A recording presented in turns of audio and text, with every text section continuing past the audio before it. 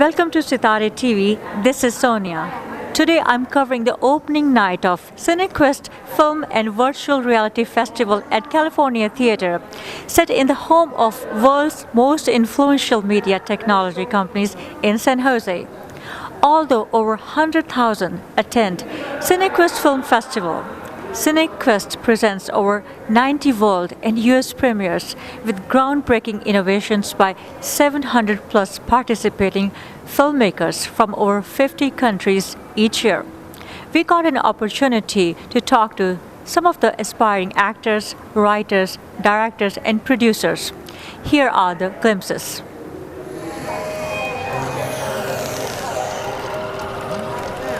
Yes, she's the director, actor. Let me read it again. Thank you. Thank you. Certainly wouldn't be here. Thank you so much. Thank you for having us. Appreciate it.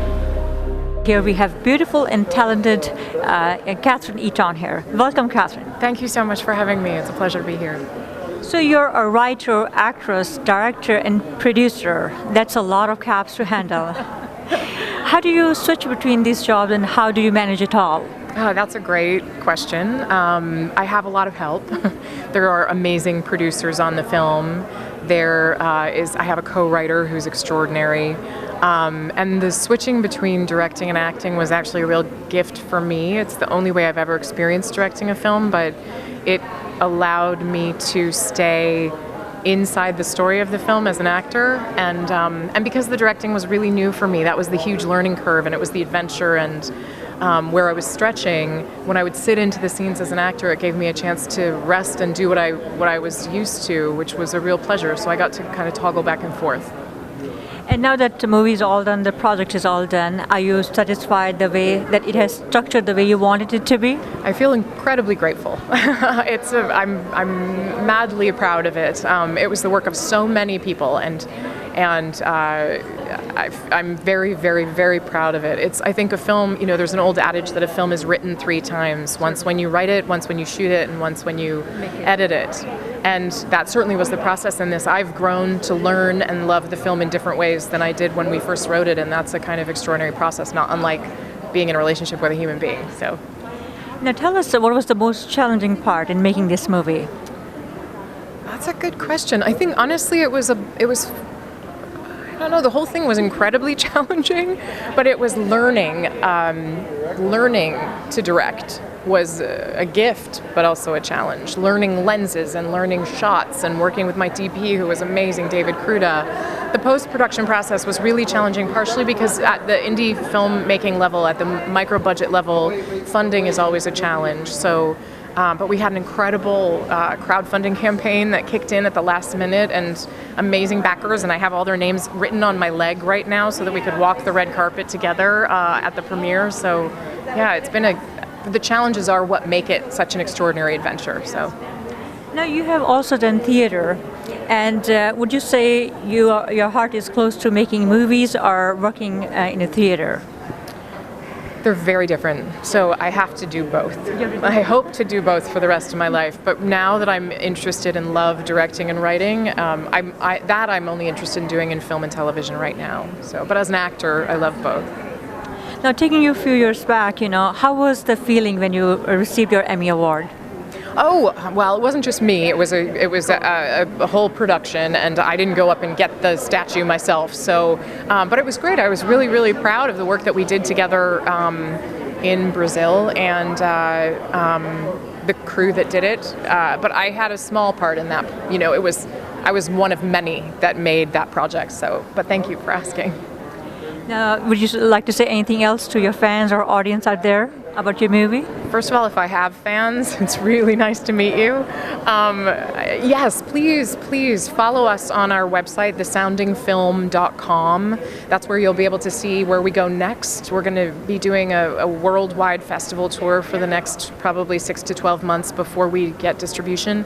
And then when we do distribute, and you can find out where to buy the film or where to go and see the film in your local cinema, all that will be on the website, along with pictures along the way and the whole adventure. So please join us and go check out the website so you can find out more, because I'd love to share the film with you.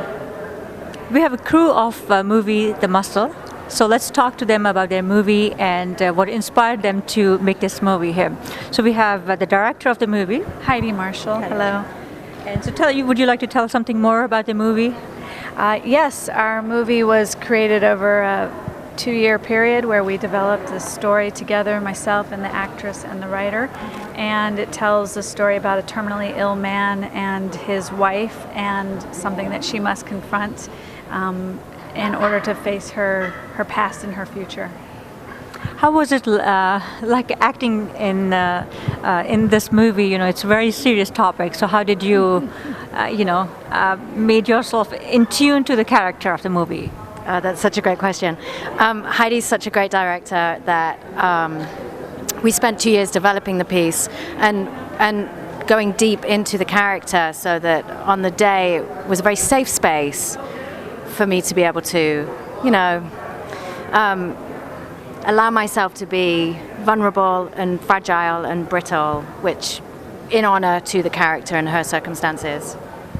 And would you like to say something about the movie? How were you feeling when you read this script, and what was going through your mind? Well, when I first read the script, what was going through my mind was like, it's very subtle dialogue. The dialogue was very subtle. And, that's something that really caught my attention, which I knew would allow the opportunity for Heidi and Fiona to be able to really bring and unearth the character, the subtext, the subtleties of the world, and so forth. So that's really what caught my eye with it. And then obviously, she's an amazing actress, and I've believed in Heidi since we first met day one. We're a husband-wife team. So to me, there was no question about, hey, let's do this, let's make this happen. And with her passion, because she had the original vision, with her passion for it all, I knew that there was something that we could not only creatively, but logistically be able to bring to life. I hope you get a lot of applaud for that here. Thank you so much. Thank you for Thank you, Sonia. talking with us. Yeah. Lovely to meet you. Thank you, thank you, thank you. So you are the writer, director. I'm the director, producer. My star, Jillian Michelle Milian, is the producer, writer, actor, and craft service. And I did a bunch of other things on the show as well. So those are like a lot of caps to wear at one time. So how do you oscillate between these caps? Well, considering there was only 3 people, I think the heaviest day on the set was 3 people on the crew. Yeah. So we just kind of jump. I mean, when you're doing a low budget indie movie, you kind of just roll with it. So yeah, that's what we did. A lot of flexibility. Yes, absolutely. How about you tell us how was your role? How did you feel about it? Well, I played an editor in it, which was great because he's an editor. Yes. So I just told Alex, what do you do? And I just copied exactly what he did. Actually, and I've actually had other editors watch the movie and they go, he's great. So you did it. I know nothing about editing. Nothing. Absolutely nothing. I can't even shoot a phone on my phone. I can't even shoot a movie. Like, I'm terrible at it. Exactly. You must be good at copying then. That's what. That's right. I just mirror, right? Just mirror him and. I remember you asking me like, what button do I push? Right. I'm like, just hit the space bar. Okay, good. That's all I needed. Hit the space bar and stop. Okay, I got that. That was easy. Okay. So tell us more about this movie. What is it about? The movie is about a real raw look at a not 21-year-old actress comedian's life in Los Angeles and trying to make it in Hollywood and follow her dreams. And it's based on Jill Michelle Milian's life. So I kind of called her and I said, hey, I want to make a movie. I want to make a movie about what your experience here in LA. And she's like, okay, we can. Within a few weeks, we were shooting. And then you got a call. They're like, hey, let's come over and make a movie. And do this. And yes. You're like, sure, I'll show up. And be funny. It's like, the yes, the pressure. exactly. But that's what we did. It was just something that I just got tired of waiting around for permission to make a movie, and I decided, like, you know what, I'm just gonna go make my movie and bring, and have Jill come in, and she called all her amazing friends to be a part of it, and it worked out well enough to be here at Cinequest. I think you're a great inspiration for people out there who are trying to make, something about movies and they're hesitant. So what kind of, guidance or what kind of piece of advice would you give to all, like, writers or directors who want to make something but kind of hesitant? I think the biggest advice I would say is not wait around for permission, and then just start something. Get up and do it, and not be attached to an outcome. And that's the biggest mistake I made throughout my career. It took me many years to figure out, just like, when I made this movie, I had no outcome in mind. I didn't like, I need to get into this, or I need to do that, or I need to make this much money. I just kind of did it. And it's amazing the amount, the way the universe opens up when you just start the momentum. Just like, hey, I'm gonna make a movie. Okay, great. Joe, you wanna jump in? Great. Let's call my friends up. Great. And it just kind of opened and started a momentum. But just by getting up and doing it. And I think a lot of people are so scared because they throw obstacles in front of themselves. And I think that's in every art form, whether it be acting, whether it be writing, whether it be crochet, whatever it might be, you throw obstacles in front of yourself. And I go, the business is tough enough, and they're gonna throw enough obstacles in front of you. Might as well clear your own path so you can deal with the real obstacles that are gonna come up in front of you. But just get up and do it. And now the technology is so inexpensive. And you can go out and distribute your movie. And you go out and make, I mean, we made a movie with 2 cameras that cost less than $1,000 each. Quality is great. Acting is amazing. You know, it all kind of worked out. And now we're gonna be self-distributing it on iTunes in the summer. We're world premiering it at Cinequest. There's no reason why you can't just get up and go do it. Just be smart about it and learn as much about your craft every day and understand something. It is the long game. It is not a short game. A lot of people think it's, oh, I'm going to do this and then this is going to happen and I'm going to be a millionaire. It doesn't work that way. It takes years and years of hard work, and all those overnight successes, none of them were overnight. All of them worked really hard. Would you agree, sir? Absolutely. Absolutely. We have Alex and Brian for the psychological thriller Prodigy. So let's talk to them. Welcome to Cinequest Awards, first of all. Here. Thank you very much. We're happy to be here. Fantastic to be here. It's a lovely festival and a lot of fun. Certainly. So how are you feeling amidst all this excitement, all this energy? We're feeling good. Yeah. It's exciting to see so many great films and so many world premieres here. Our film's also a world premiere here, so it's really exciting to sort of be able to roll out the red carpet and check out movies that people are seeing for the first time. Right. We're screening at the California on Saturday at 4, and so it's a big theater, and so we're really excited to see our movie that we've spent so much time on, kind of on the big screen with the big audience. It's going to be a really great time. Now tell us about the inception of the idea of this movie. How did you come up with this idea? Well, I think first we should get into sort of exactly what the story is of the film. And so it's the story of a psychologist who gets called into this sort of military facility where they kind of hold these dangerous patients. And as the psychologist finds himself in this room, he discovers that the patient he's supposed to evaluate is this young 9-year-old girl, very creepy, very sort of Hannibal Lecter-ish. And so as the story progresses, it's really about him peeling back the layers of what makes her tick and sort of seeing how deep this darkness goes within her. So that's kind of the general idea. And Alex can talk more about the Yeah, so Brian and I have worked together for a long time. We've known each other since we met at USC Film School 10 years ago, which is crazy. Yeah. But so we've worked on a lot of little projects together, and we decided that it was a good time to kind of take a step into making a feature. And so Brian had this old idea that he kind of brought back to the table, and we kind of hashed it out, and we both really kind of saw it in a new light, I think, at that point, and it kind of just rolled out of us really quickly. At first, we got a really great outline out and a couple drafts, and then we spent a long time, about a year, working on the script to make sure we got it ready.